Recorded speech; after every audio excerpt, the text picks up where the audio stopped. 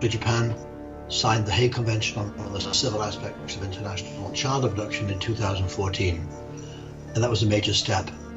And then what unfolded thereafter was very disappointing to very many people.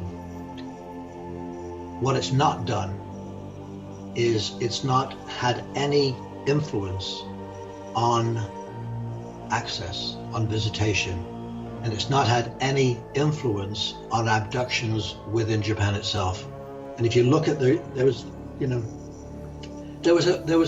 don't know if you noticed, but there was an EU Parliament resolution that was just passed. They condemned Japan for a litany of issues, and it's all kind of under the banner of international child abduction.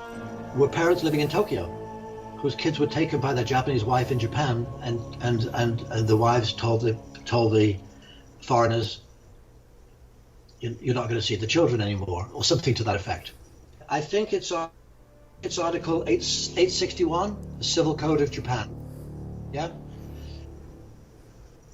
So, I think that article is a plain violation of human rights. It's in plain violation of the UN Convention on the Rights of the Child. It's in plain violation of the fact that it is fundamental that children have a right to a mother and a father.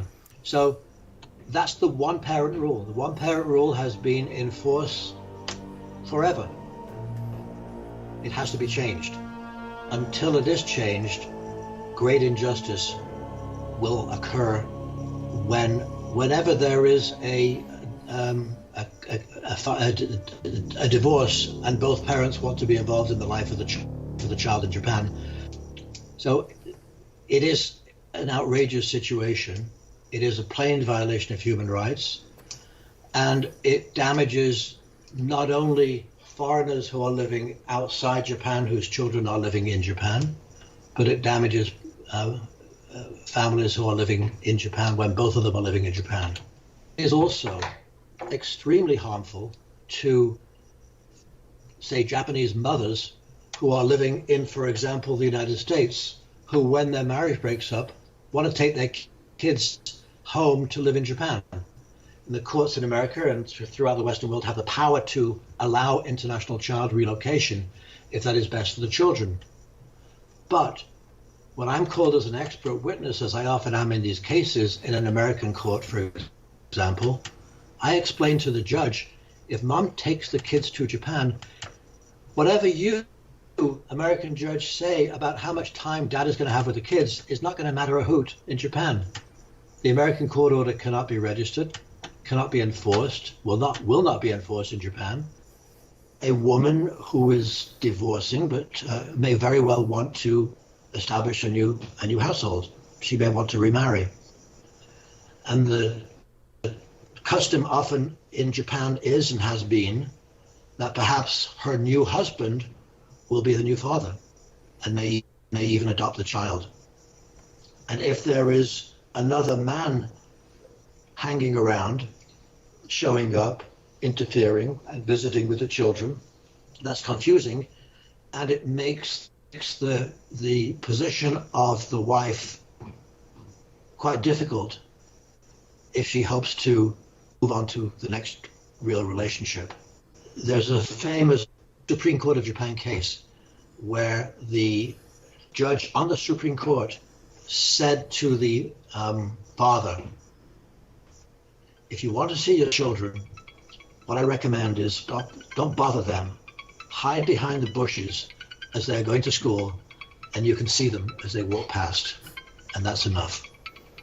And so, that is something that we Westerners cannot possibly grasp. The court system is lousy. The court system is pathetic in most areas of family law in Japan, in my opinion.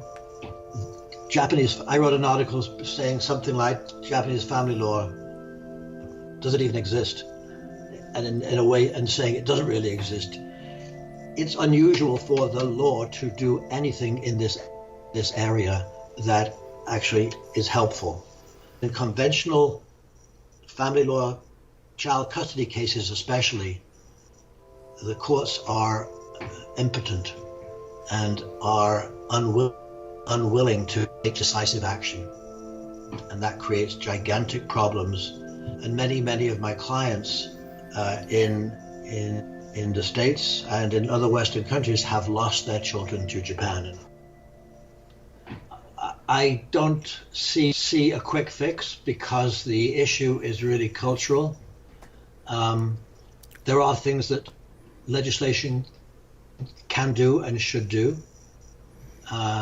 There should be a change in the law to allow joint custody. The Diet in 2019, a committee was set up to look at this question. I think it's really gonna go slow, and I think it's already triggered opposition. I suspect that eventually there'll be some change in the law in that regard, but at every step, you also see ways to slow things down. So it's not as if one day there's going to be a new law and all of a sudden there's going to be sharing and equality and all that good kind of stuff. It ain't going to happen. It'll inch along. It's not going to be 5 years. The next generation, I would say, a couple of decades, let's come back and see what happened. And it ain't going to help all those people, of whom there are so many, who are desperate to see their children and who have been deprived of that for so many years in such a shocking way. And my heart goes out to them. I'm thinking right now of a family that I know where in Japan, they're both Japanese, they're both professionals. And when they got divorced, and they're both wonderful people and so intelligent and so well educated, but after they got divorced, the father sees the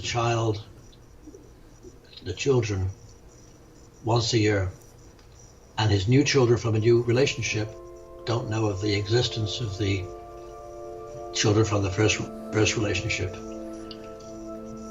And I tell some people here in America about that story. It's certainly shocking.